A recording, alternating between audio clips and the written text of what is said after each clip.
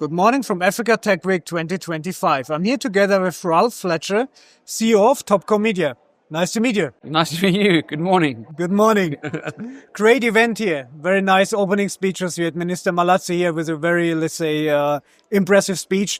So why are such gatherings important for the African digital economy, and what was your idea behind it? If I'm not mistaken, it's already the 7th edition, correct? Yeah. So I think the idea was really, as entrepreneurs, we're wanting progress and we can understand the value in technology. And I think some of the challenges we have is how do we get our people to take on the skills, A, and then how do we create opportunities that we can sell and leverage to other organizations?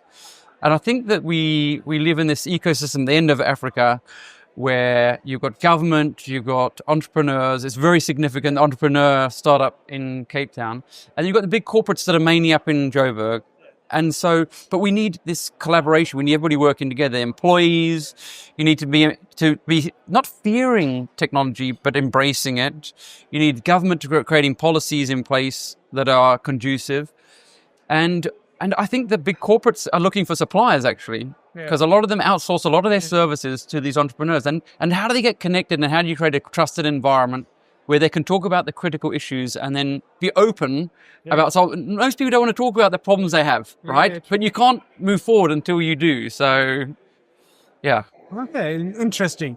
So when you look back for the last 7 editions, the last 7 years, what are the biggest opportunities you have seen open up for people or for conversations or innovations?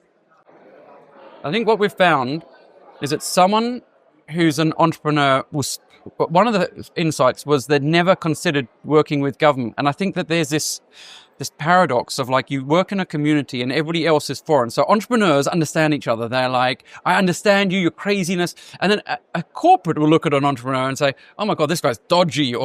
And then corporates look at the policymakers as slow and cumbersome. And so suddenly you bring them together and they realize, wow, I don't have to go through a PA. I don't have to go through these normal process of vetting.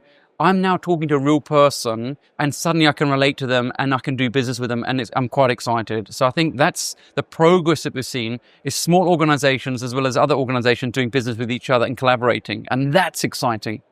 So you're actually an opportunity enabler. So you connect the private and public sector on a smaller scale together. Yeah, I think so. I think that one of the things the minister said consistently is risk and fear.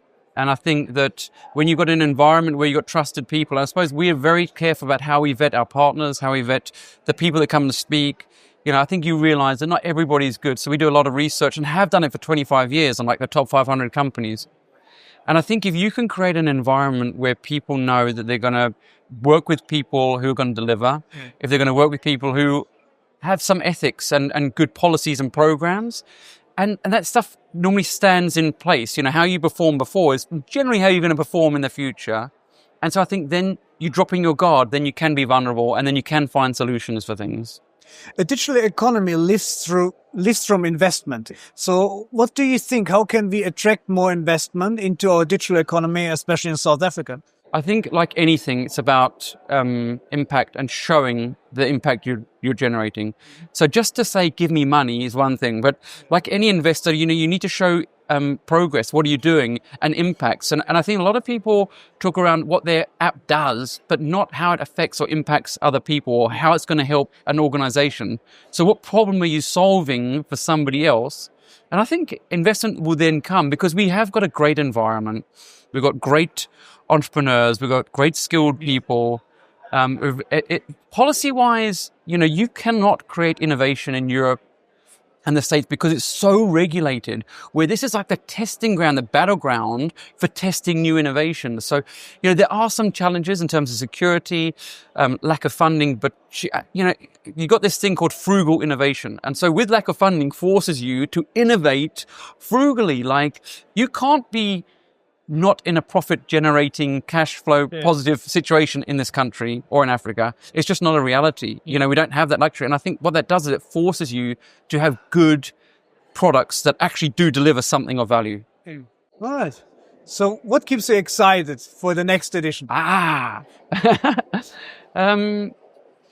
I think that what we want to do is firstly share success stories, because I think that often we're faced with this dilemma, whatever it might be, AI, whatever, and we think, I can't solve this problem. And challenges are always evolving. And so it's about hearing other people's solutions to, one, give you hope, but then to look outside of maybe your industry and maybe try something different, because if something's not working, something needs to change. You can't keep on doing the same thing.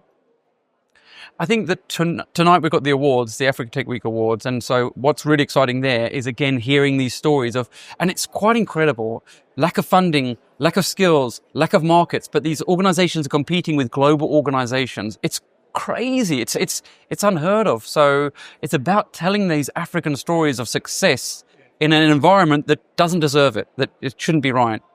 Okay, very interesting. Thank you very much. Pleasure. There was Tech Africa News from the Africa Tech Week 2025.